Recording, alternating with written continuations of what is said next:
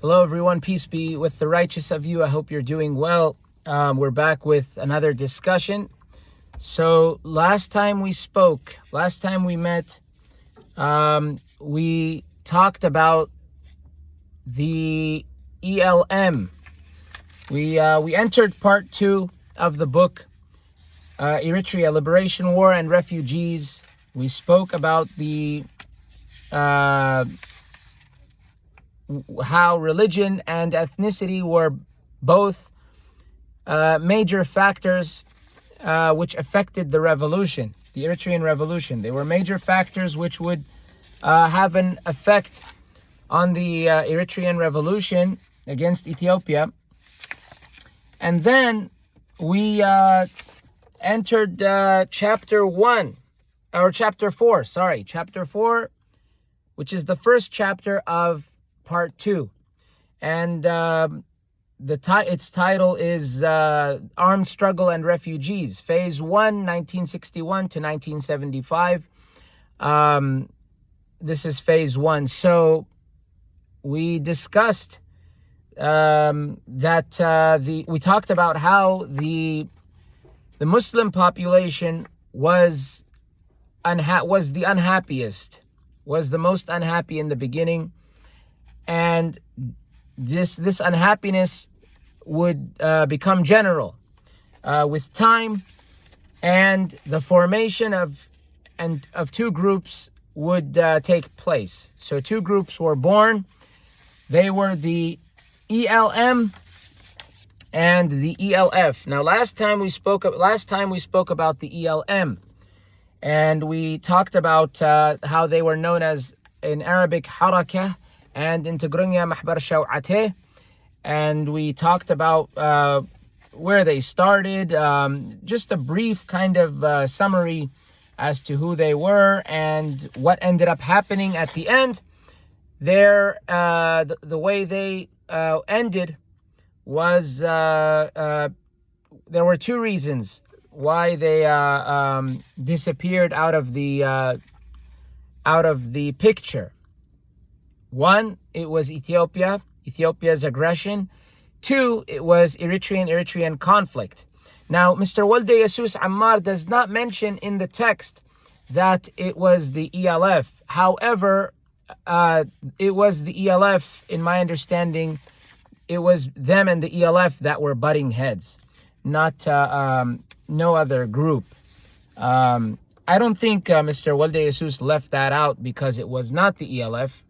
I think I think this is just what he wanted to write. But my understanding is it was the ELF who basically contributed to the end of the ELM. I wonder what things would have been like if Mahbar Shaw'ateh continued. I wonder what things would have been like, to be honest. But we can't go back in time.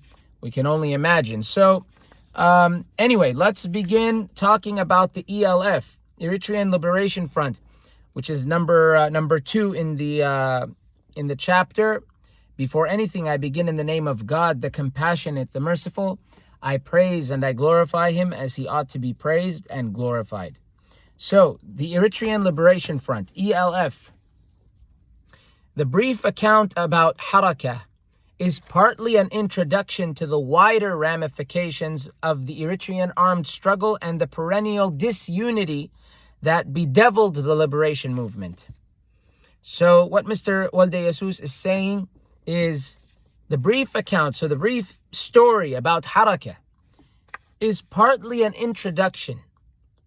It's partly an introduction to the wider consequences, the wider ramifications of the Eritrean armed struggle and the perennial disunity that bedeviled the liberation movement. So this was an introduction, or partly an introduction, to the disunity that would bedevil the liberation movement. So we're already talking about the division which happened between Eritreans during the revolution. Something a lot of people, I don't think, talk about when they talk about Eritrea. Eritrea left off, the revolution of Eritrea left off with disunity. It didn't. It did not end with unity. It ended with disunity. Maybe to some, it ended with unity. That's a lie.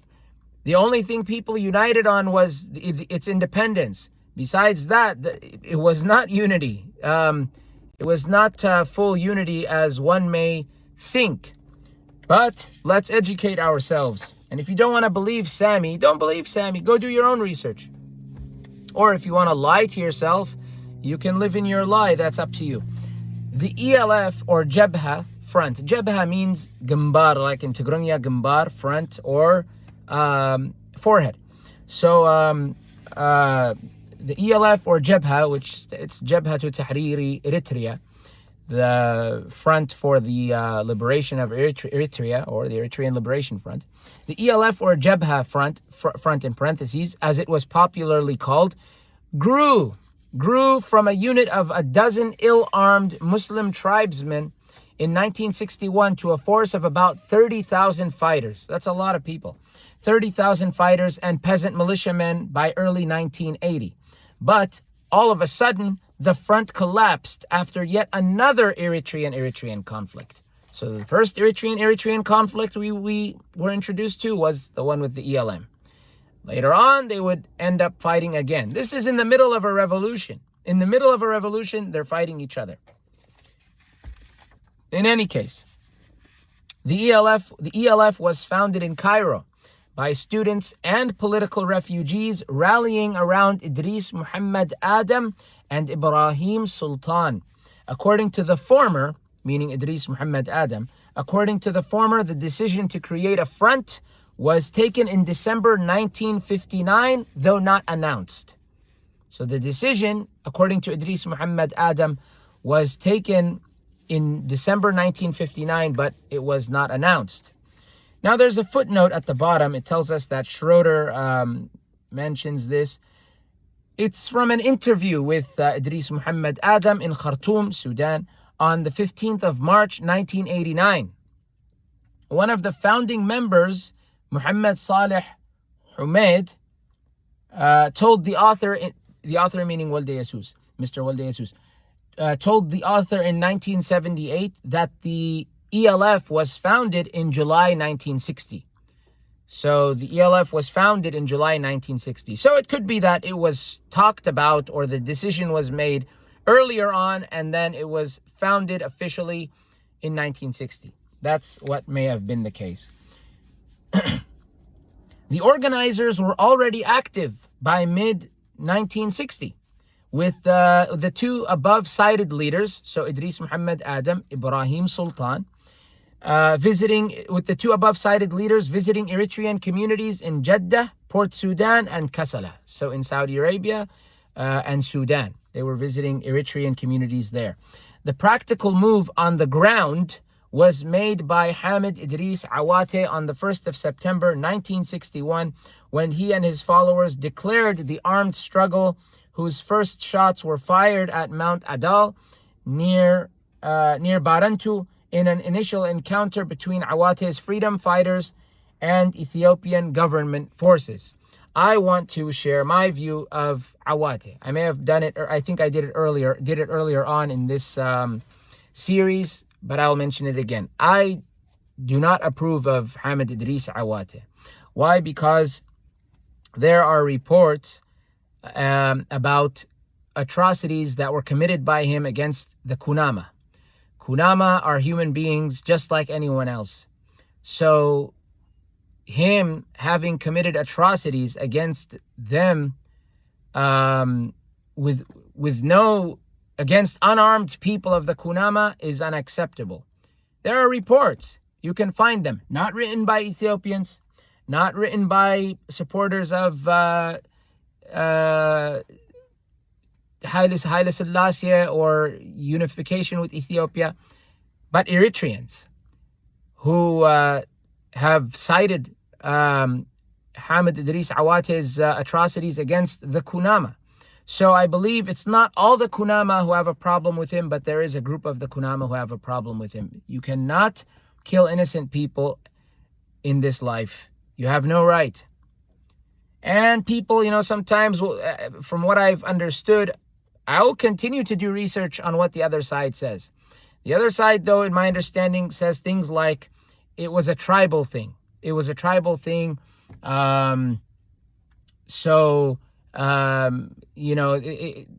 They try to justify it. Probably, God knows.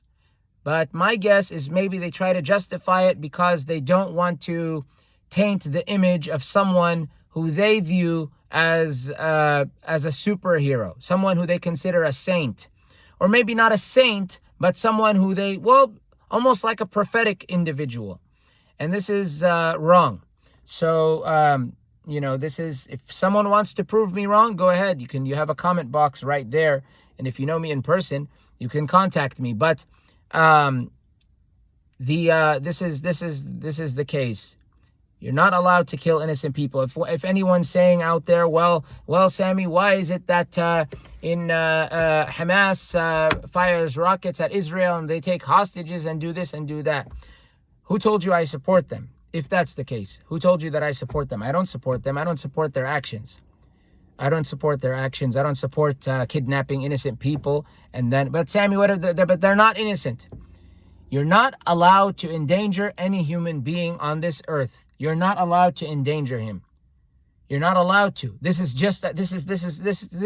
common sense, and it's Islamic sense. In the religion, you're not allowed to take people hostage in any way. You're not allowed to endanger them in any way, which means you cannot fire rockets onto a land, even if it's not their land. You cannot harm them. That's it. There is full stop. There, period. There is no if, and, or but. There is no special case. There is none of that. If a man takes another human being as a hostage, meaning that he takes the person and puts a gun to his head, you have no right to do anything that could endanger that hostage and possibly lead to even more endangerment of that hostage. You can't do anything. If he wants you to surrender, surrender. That's it. It's not, who cares about one life? There's a greater good. No, it doesn't exist. So, just because people who identify with Islam say something or do something doesn't mean that Islam has anything to do with it. Islam has nothing to do with it. But Islam is not talking. Islam doesn't have a voice because Islam is an ideology. So those who speak for it are those who claim to follow it. But they have nothing to do with Islam. They have nothing to do with Islam. Islam disowned them. Islam disowns them, and they have disowned Islam without knowing. They've abandoned and betrayed Islam. So that's that. There was little planning to launch this offensive, to launch it. The call to arms, however, sounded more serious. When the name Awate, a former Italian soldier and leader of armed men hunting cattle raiders from Walqait across the Satit River in Ethiopia, was spread by word of mouth. So it wasn't until the name Awate came up that the call to arms became more serious. This can be found in an interview with Saleh Hadoug in Kassala on the 14th of March 1989. So and this is I believe Schroeder. This is, the source is Schroeder. Schroeder, I believe. But Mr. Walde Jesus has included this in his text. I think why the ELF recruited Awate to begin with, what happened with Awate was, in my understanding, is that people from the ELF, I think, were asking him, trying to get him to fight, basically. Why him? I believe because he had knowledge of warfare. He knew how to fight. He knew how the battlefield worked due to his being trained as an askari working with the Italians.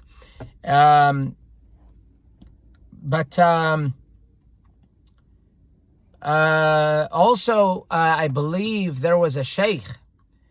There are Sufis, in Eritrea they were anyway, mainly Sufis. And this sheikh, I think he was Eritrean. He was not Sudanese. but his name was Dawood something. Anyway, so he told Awate to fight because they want to take the Arabic language away from us, and the Arabic language is the language of the Quran. Therefore, they're fighting against Islam. That's the concept. So basically, go and fight for Islam. But Awate, I don't think he listened to that particular sheikh in that regard. Yeah, Awate and a lot of these people had, not all of them, but a lot of them had nothing to do with religion. Awate was like someone living off. He was, in my understanding, he was stealing cattle and then selling the meat in Sudan. This is what he was doing, according to my understanding. It was not someone. So what happens is lowlanders, they like to associate. I think they're just protecting their own people. For me, I don't care if you're from the lowlands, you're from the highlands, you're from the coast. I don't care where you're from. I don't care. Personally, I don't care. What I care about is if you're a good person or not. This is what I care about. I don't care where you come from. If you're evil, you're evil. That's it. You could be a lowlander, you could be a highlander. I don't care. So I'm not someone who holds biases based on where you come from, or what religion you follow, or what tribe you belong to. This is not how it works. So many ELM cells inside Eritrea and abroad supported the armed struggle. The small organization of Idris Muhammad Adam in Cairo, composed mainly of Eritrean students, also claimed that Awate and his men were the military wing of the ELF. Awate's ragtag, I don't know if what is intended is ragtag, but maybe there's another way to say it, ragtag, meaning another way to say the same thing, ragtag. Awate's ragtag peasant unit already sent shockwaves in Ethiopia. However, it started to have military significance only when Eritreans from the Sudanese army and policemen from different outposts in Eritrea joined it starting in 1962. For the most part of the 1960s, it was those Eritrean former soldiers from the Sudan who played the most significant role in the military wing of the ELF. See Appendix 4. The former political leaders in Cairo could not work together. Walde Ab was alienated. Walde Ab, Walde Mariam. Let's see what the footnote says. So the footnote says Walde Ab had been previously contacted by ELM members, Eritrean Liberation Movement members, and agreed to work with them. In the 1940s, he was in the LPP, the Liberal Progressive Party. I think, I could be wrong, that the LPP wanted to unite with Tigray. I could be wrong, though. I think that's what they wanted. I'm not sure. He was in the Liberal Progressive Party. Later, in 1951, he formed a party advocating independence to be followed by union with Ethiopia. In an interview with Sagem, S-A-G-E-M, Volume 2 and parentheses 2 as well, so Volume 2 and parentheses 2, February 1990, he said Idris Muhammad Adam abandoned him by taking Sabbe, Uthman Saleh Sabbe as his best man. Walde Ab, Walde Mariam returned to Asmara recently in relation to 1992, recently after 37 years of exile. 37 years. So, this was the case. So, the former political party leaders in Cairo could not work together. Walde Ab was alienated not only because of his Eritrean political viewpoints, but also of alleged pan-Ethiopian Republican ideas he expressed during the foiled Mengistu Nawai coup d'etat of December 1960 in Addis Ababa. So he was alienated because of his political views and because of an alleged pan-Ethiopian Republican ideas, which he expressed. In a true democracy, you're allowed to express your viewpoints. You can have your views. You're allowed to have your views. You're allowed to have your views in a true democracy, including in Islam. But Sami, in Iran, you can't. In Saudi Arabia, you can't. Again, Muslim countries or people that associate with Islam or don't necessarily represent the religion. They don't necessarily represent the religion. So they're not, these people are not represented, and this minority is oppressed here, and the Ottomans did this, and I don't know who did that. This is not something Islam supports. Well, then where did they get it from, Sammy? They get it from their minds, what they want. They make the Quran mean what they want it to mean. They use, or they just bring, they reinterpret different words from the Quran or from other sources. Or they just do anything anyway. They don't care what is said in a holy book or any other text. So, but so you have a right to express your views. Everyone has a right to have a view. You cannot have, if you're not allowed to express a view, dictatorship immediately. That's dictatorship. Dictatorship. It's in your house. If people censor, this is censorship. This is already dictatorship. It starts, I believe, in the house. It may start with yourself. Do you censure yourself? Do you express your thoughts? If you hold back, you're a dictator against yourself. In your house, are you allowed to share your thoughts, or do people shun you? Dictatorship. This is all dictatorship. Satan loves dictatorship. He loves it. He loves dictatorship. Anything evil he loves, and dictatorship is one of them. Ibrahim Sultan insisted that engaging in an armed struggle was futile. Idris Muhammad Adam decided to go it all alone. With a new recruit he met in Jeddah, Uthman Saleh Sabbe of Hergigo near Masawa, and a law student in Cairo, Idris Uthman or Usman Galadeos. I think it's Galadeos, but maybe it's Galaidos of Karan. I think it's Galadeos or Galadeos, but anyway, his name is Idris Muhammad Uthman Galadeos of Karan. So I believe Idris Muhammad Adam was Bani Amir, Uthman Saleh Sabbe was Saho, and Idris Usman Galadeos was he was Blaine. So as I said before, it's not a surprise if you see a name which is mixed between a name like this person's surname is Galadeos or Galaidos, which is commonly used by Christians, but his name is Idris Usman, which is used by Muslims generally. So my understanding is he identified with Islam. So this is common among the Blaine, as I mentioned in the last episode, I believe. So yeah, all these that end in with S, Theodros, Galadeos,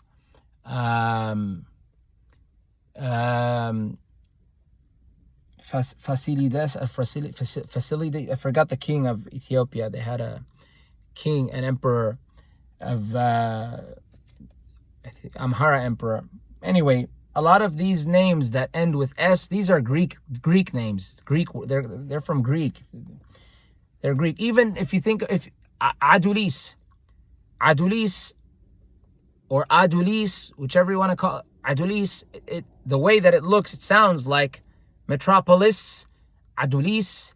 This is a Greek thing. It's a Greek thing. Also, Jalaluddin Muhammad Saleh mentions that the Bogos. So Bogos is what Karan used to be known as. The area known as Karan is known as Bogos. Classically, it's Bogos. But where the Blaine live, that's Bogos.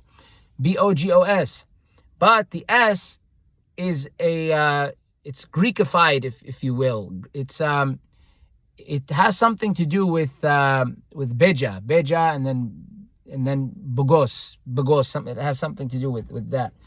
In any case, in my understanding, according to Jalaluddin Muhammad Saleh, who is a historian, I consider him a historian, and an intellectual. So anyway, these three men, Idris Muhammad Adam, Uthman Saleh Sabbe, and Idris Uthman Galadeos or Galaidos, these three, they named themselves the Supreme Council and remained at the helm of the liberation movement for over a decade. Over 10 years, they remained at the helm of the revolution.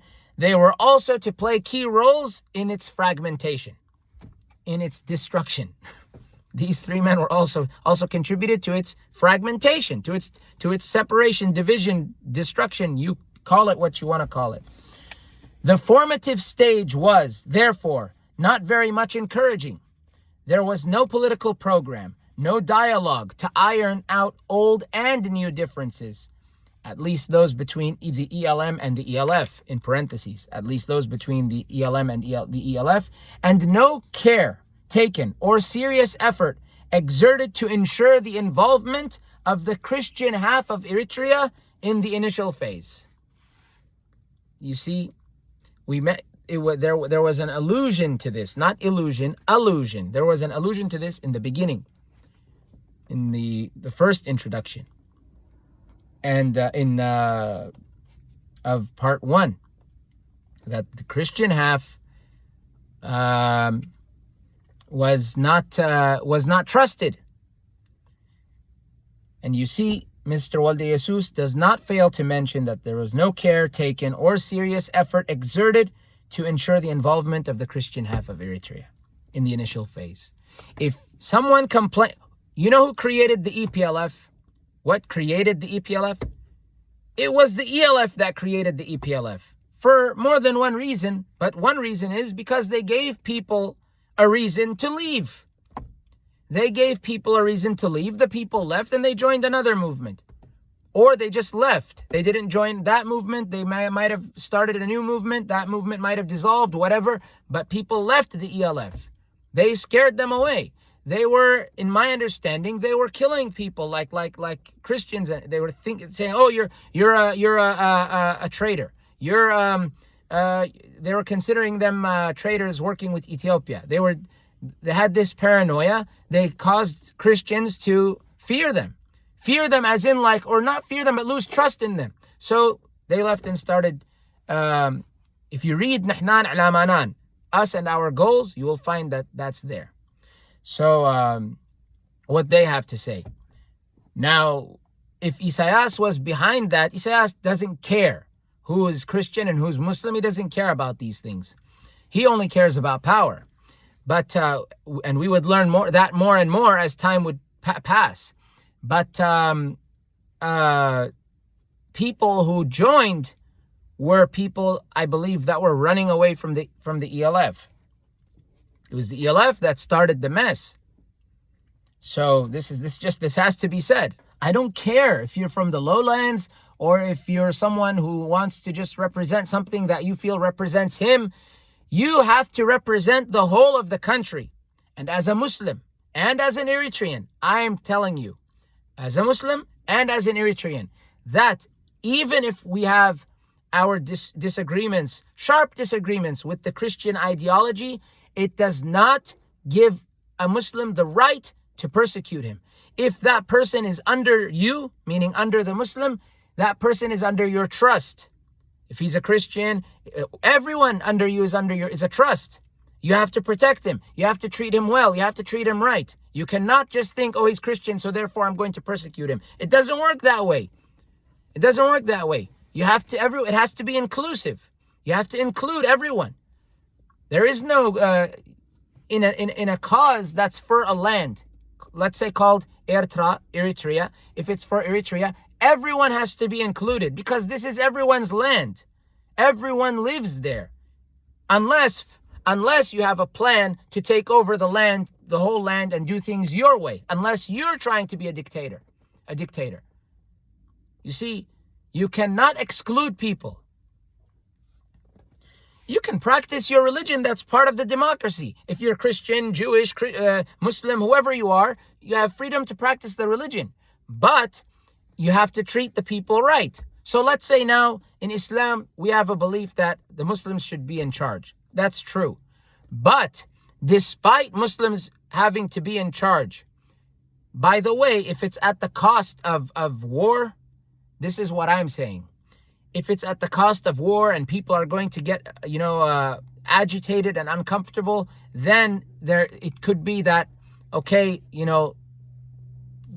come to a compromise, where like the Muslims could rule the Muslims and the Christians could rule the Christians, but they could be together in government, meaning that The Christians handle Christian affairs, Muslims handle Muslim affairs, and that's that. Just let people, as long as there's justice served, as long as there is justice served. So if justice is being provided, that's the most important part.